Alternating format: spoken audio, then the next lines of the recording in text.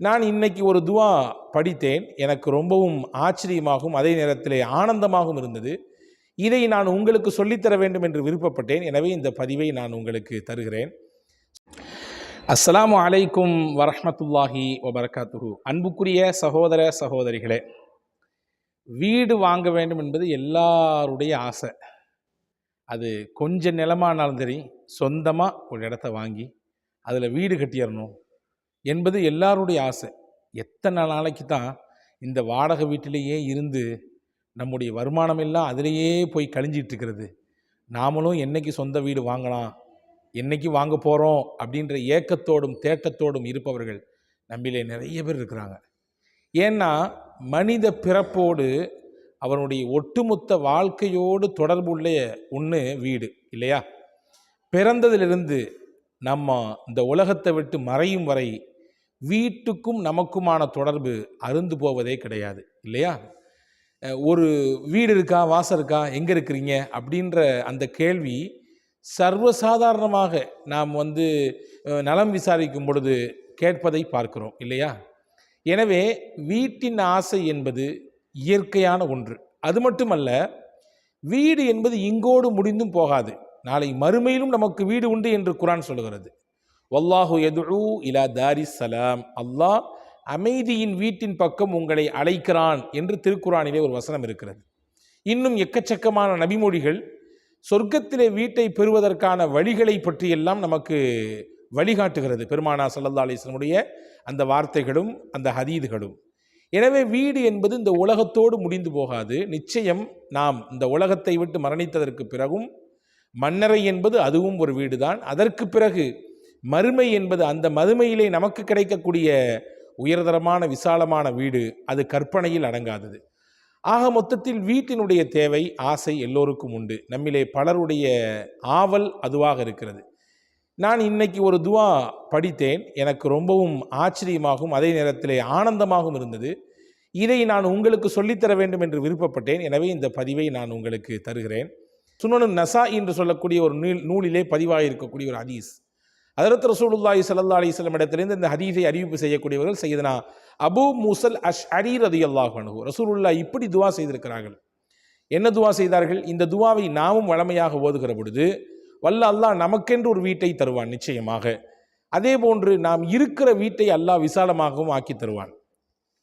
ஹஜ்ரத் ரசூலுல்லாஹ் துவா செஞ்சாங்க. அல்லாஹும் மக்ஃபிர் லி தம்பி, யா அல்லாஹ் என்னுடைய பாவத்தை மன்னிப்பாயாக. வவஸ்ஸிஅலி ஃபி தாரி, யா அல்லாஹ் என்னுடைய வீட்டை விசாலமாக ஆக்கி தருவாயாக. வபாரிக் லி ஃபி ரிஸ்கி, எனக்கென்று ரிஸ்கை நீ அளந்து விட்டாய், முடிவு செய்து விட்டாய், அந்த ரிஸ்கிலே நீ பரக்கத் செய்வாயாக என்று பெருமானார் ஸல்லல்லாஹு அலைஹி வஸல்லம் இந்த துவாவை அல்லாஹ்விடத்திலே கேட்டார்கள் என்ற ஹதீதை நாம் பார்க்கிறோம். இந்த துவாவை வழமையாக ஓதுகிற பொழுது நிச்சயமாக புதிதாக வீடு வாங்க வேண்டும் என்ற எண்ணத்திலோ, அல்லது புதிதாக வீடு கட்ட வேண்டும் என்ற எண்ணத்திலோ, அல்லது எப்படியாவது வாழ்க்கையில் ஒரு கனவு இல்லத்தை வாங்கிவிட வேண்டும், கட்டிவிட வேண்டும் என்ற தேட்டத்தோடும் ஆவலோடும் ஆசையோடும் இருப்பவர்களுக்கு நிச்சயம் அல்லாஹ் நபிகள் பெருமானார் ஸல்லல்லாஹு அலைஹி வஸல்லம் இந்த துவா பரக்கத்தை கொண்டு அல்லாஹ் அப்படியான ஒரு வீட்டை அமைத்து தருவான் என்பதை இந்த ஹதீதை ஆய்வு செய்கிற, இந்த ஹதீதிற்கு விளக்கம் தருகிற பெருமக்கள் சொல்லித் தருவதை பார்க்கிறோம். எனவே இந்த துவாவை டிஸ்கிரிப்ஷனிலே தருகிறோம். அதே போன்று ஸ்க்ரீனிலும் இன்ஷா அல்லாஹ் கண்டிப்பாக தமிழிலும் அரபியிலும் தருகிறோம். அவசியம் இதை மனனம் செய்து தொடர்ச்சியாக ஓதி வாருங்கள். கூடுதலாக இந்த துவாவினுடைய நேரம் என்ன என்பதை பற்றி அறிஞர்கள் சொல்கிற பொழுது, எப்பொழுதெல்லாம் நீங்கள் ஒது செய்து முடிப்பீர்களோ, எப்பொழுதெல்லாம் நீங்கள் ஒது செய்வீர்களோ, அது தொழுகைக்கான ஒதுவாகட்டும், அல்லது சும்மா எந்த ஒரு காரணமும் இல்லாமலும் ஒது செய்யலாம். நம்மை அல்லாஹுவோடு நெருக்கி வைப்பதற்கான வழிகளில் அது ஒன்று. அப்படி எப்பொழுதெல்லாம் நீங்கள் உதவு செய்வீர்களோ, நீங்கள் உங்களுடைய சுய தேவையை முடிச்சுட்டு வர்றீங்க, உதவு செய்கிறீங்க, அல்லது தொழுகைக்கான உதவு செய்கிறீங்க, அல்லது குர்ஆனை ஓதுறதுக்கான உதவு செய்கிறீங்க, உதவு செய்து முடித்தவுடன் இந்த துவாவை நாம் ஓதிக்கொள்ள வேண்டும். மற்ற நேரங்களிலும் அதிகமாக கேட்க வேண்டும். குறிப்பாக உதவு செய்து முடித்ததற்கு பிறகு இந்த துவாவை அதிகமாக ஓதும் பட்சத்திலே நிச்சயமாக இந்த ஆசைகள் நிறைவேறும். அதோடு சேர்த்து கூடுதலாக நமக்கு அல்லாஹ் நம்முடைய வாழ்வாதாரத்திலே, நம்முடைய ரிஸ்கிலே அல்லாஹ் பரக்கத்தையும் தருகிறான். ஏன்னா ரசூலுல்லாஹ் அந்த துவாவில் அதையும் கேட்குறாங்க.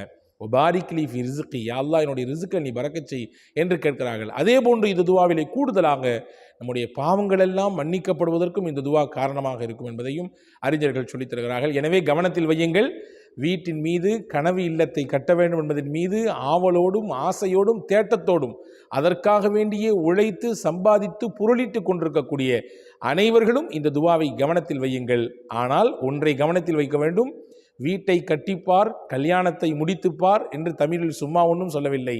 எக்கச்சக்கமாக ஆணை அசைந்து அசைந்து உள்ளே தள்ளும், ஆனால் அசையாமல் தள்ளக்கூடிய ஒன்று வீடு என்றும் சொல்லக்கூடிய வார்த்தைகளை எல்லாம் நாம் கேள்விப்பட்டிருக்கிறோம். அவ்வளவு தேவைப்படும். அதற்காக வேண்டி மாற்றமான வழியிலே, மார்க்கம் அனுமதிக்காத வழியிலே நாம் வீட்டை கட்டுவதோ அல்லது அதற்காக வேண்டி பொருளீட்டக்கூடிய நேரத்திலே தேவையில்லாத எங்கேயாவது போய் லோனில் அல்லது மற்ற விஷயங்களில் விழுந்து நாம் அந்த வீட்டை கட்டும் பொழுது அது நம்முடைய நிம்மதியை குலைக்கக்கூடிய விஷயமாகவும் கூட அமைந்து விடலாம் என்பதையும் நாம் கவனத்தில் கொள்ள வேண்டும். அல்லாஹ் நம் யாவருக்கும் இந்த உலகத்திலும் நல்ல வீட்டை தருவானாக. நாளை மறுமையிலும் சொர்க்கத்திலே உயர்தரமான மாளிகையை நம் யாவருக்கும் தந்தல் புரிவானாக. ஆமீன். வஸ்ஸலாம். அஸ்ஸலாமு அலைக்கும்.